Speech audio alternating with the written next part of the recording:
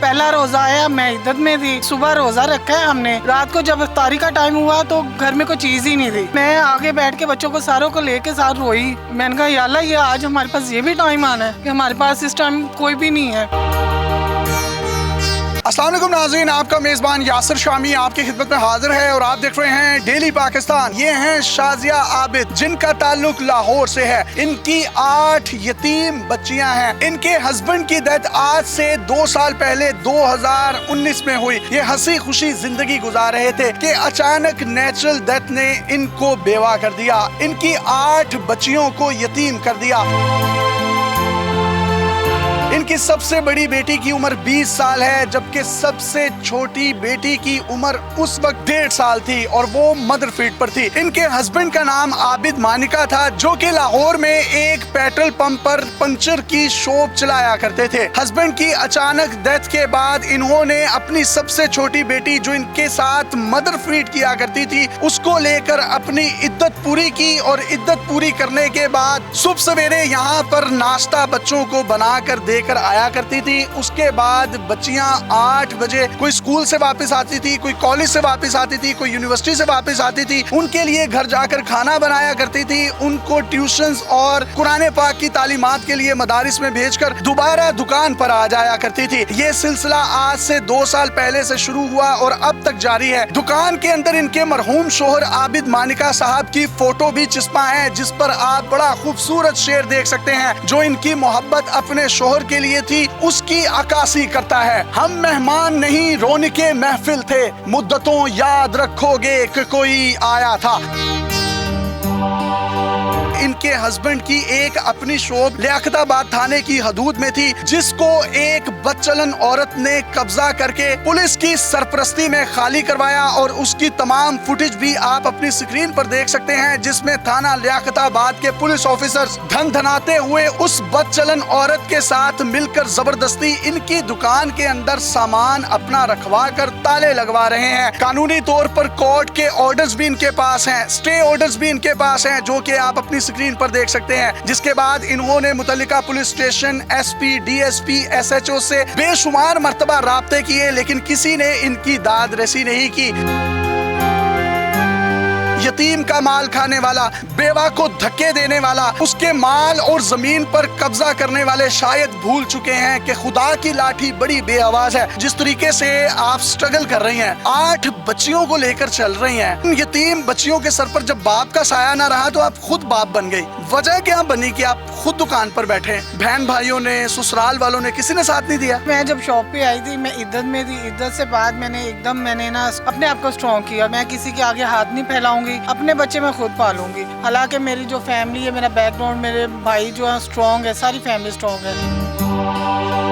आपकी छोटी बेटी की उम्र कितनी थी जब शोहर की डेथ हुई और आप उसको साथ लेकर यहाँ आ गई? 1.5 साल की। मदर फीड पर थी? हाँ जी। तो जब यहाँ पर बैठी बहुत से लोग, माशाल्लाह आप खूबसूरत भी हैं और यंग हैं, बुरी नजरों से भी देखते होंगे, तो आपका उस वक्त रिएक्शन क्या होता था? कभी आई भी नहीं शॉप पे, इधर आने नहीं देते थे क्योंकि ये मर्दों का काम था, तो वो अच्छा नहीं समझते थे। लेकिन जब मैं फर्स्ट टाइम आके बैठी हूँ इधर चेयर पे, लोग इस तरह कोई इस तरह देख रहा है मुझे कि औरत क्यों बैठी हुई है। कई ने अच्छी नजरों से देखा, कई ने गंदी नजरों से देखा, लेकिन मैंने ना इग्नोर किया। बाज़ दफा तो मैं इधर बैठ के 2 माह तक रोती थी।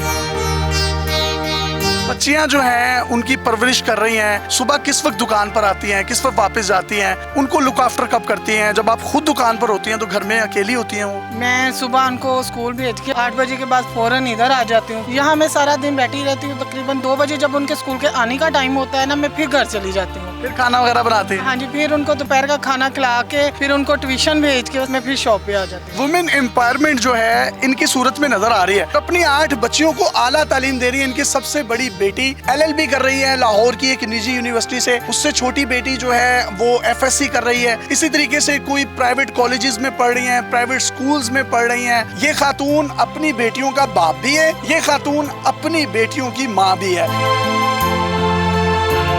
ससुराल वालों ने आपको जब यूँ देखा कि आप बाजार में आ गई हैं, बच्चियों की परवरिश की जंग लड़ने के लिए आगे आई हैं, तो उनका रवैया पॉजिटिव था, नेगेटिव था? उनका रवैया बहुत गलत था। उन्होंने मेरे साथ काफी लड़ाई झगड़े किए। यहाँ शॉप पे ना आए, या हमारी भाई की शॉप थी, हम आके बैठ जाते हैं, आप ना बैठो, आप घर में बैठो। उन्होंने मुझे जोर लगाया कि आप ना जाओ, हमारी इज्जत में फर्क पड़ता है। मैंने कहा नहीं, ये नहीं हो सकता। इज्जत में फर्क पड़ता है, तो फिर बच्चियों की इज्जत का ख्याल करें, खुद कर लें। कोई नहीं करता, किसी के लिए कोई भी नहीं करता। ये तो 2 सालों में मुझे ना दुनिया ने, इस माहौल ने, वक्त ने बहुत बड़ा सबक सिखा दिया कि कोई किसी का नहीं है।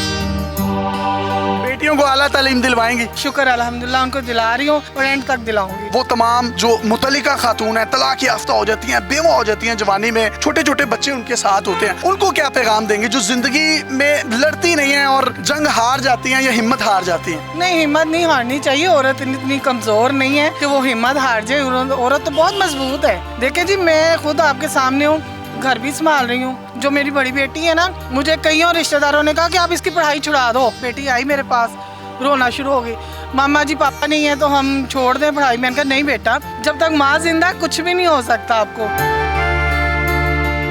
शोहर की वफात के बाद जिंदगी के जो तजुर्बात आपको मिले, शायद वो पिछली 38 साल की लाइफ में ना मिले हों। इतना जबरदस्त शेर आपने उनके लिए लगाया हुआ है दुकान में कि हम मेहमान नहीं, रोने के महफिल थे, मुद्दतों याद रखोगे कोई आया था। आपको कहाँ कहाँ याद आए वो? ये पूछे कहाँ नहीं आते याद, हर जगह याद आते हैं।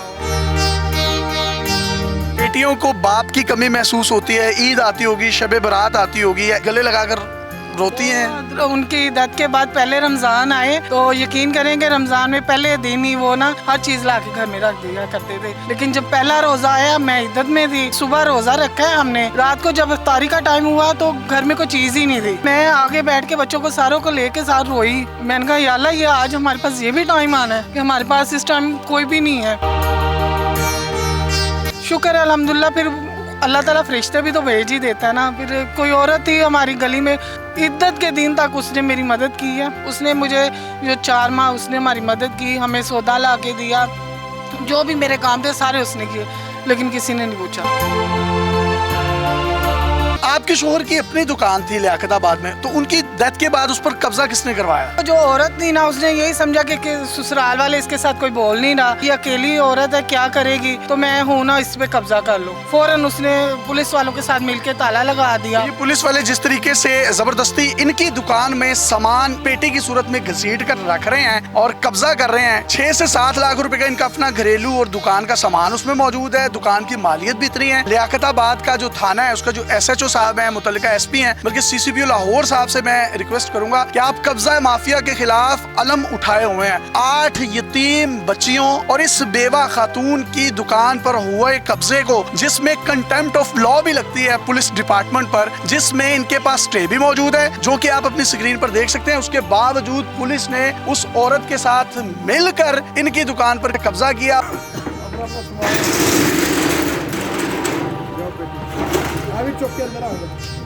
मेरी तमाम आला हुकाम और सियासी स्टेक होल्डर से भी इल्तमास है कि आप इनकी जितनी मदद कर सकते हैं जरूर कीजिए। इनका कॉन्टेक्ट नंबर आप अपनी स्क्रीन पर देख सकते हैं। अगर कोई भी शख्स इनकी माली मुआवनत करना चाहे, अशार के पर्दों में हूँ जिनसे मुखातिब वो जान गए होंगे क्यों नाम लिया जाए, इनकी इज्जत नफ्स का भरम रहे, इनकी सेल्फ रिस्पेक्ट मजरू ना हो। अपने मेजबान यासिर शामी को इजाजत दीजिए। अगर आपके पास भी कोई मोटिवेशनल स्टोरी, हैरत अंगेज टैलेंट है तो आप डेली पाकिस्तान पे हमें इनबॉक्स कर सकते हैं। हम आपके इस कंटेंट को पूरी दुनिया में दिखाने के लिए प्लेटफॉर्म मुहैया करेंगे। पाकिस्तान जिंदाबाद। अल्लाह हाफिज।